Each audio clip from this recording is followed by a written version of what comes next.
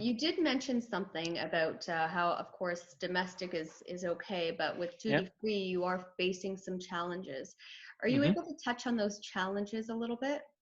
Yeah, I think that the challenges of in the duty free specific is they are different in the time.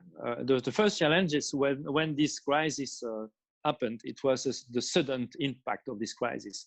All airports were almost closed overnight.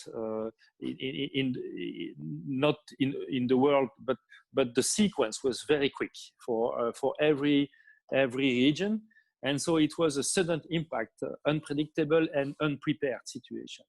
So the first challenge at that time was to definitely to, and in the customers situation, were to think about staff, people, and it would be my first point and focus is what do we do with the people working in the airport? This is the first immediate reaction and challenge you have. The second one is the cash flow. We don't have sales anymore. So how are we going to survive to this? And the stock management. You can imagine that they had all their stock for the and especially in Europe, I think everywhere, but in Europe they build their stock prior to the holiday season, and suddenly all the source or the possibility to sell this stock were blocked. So they had to manage this.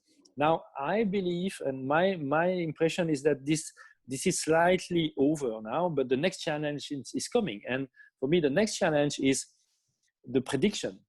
When will it be better? When are we going to recover the normal situation? And there are a lot of theories, lots of studies today, but still it remains unclear about the, we started to see some evolution everywhere in the world now. Nowadays, politicians are more and more talking about restricting again, about closing again, about putting new measures again. A kind of everyday change, everyday moving target.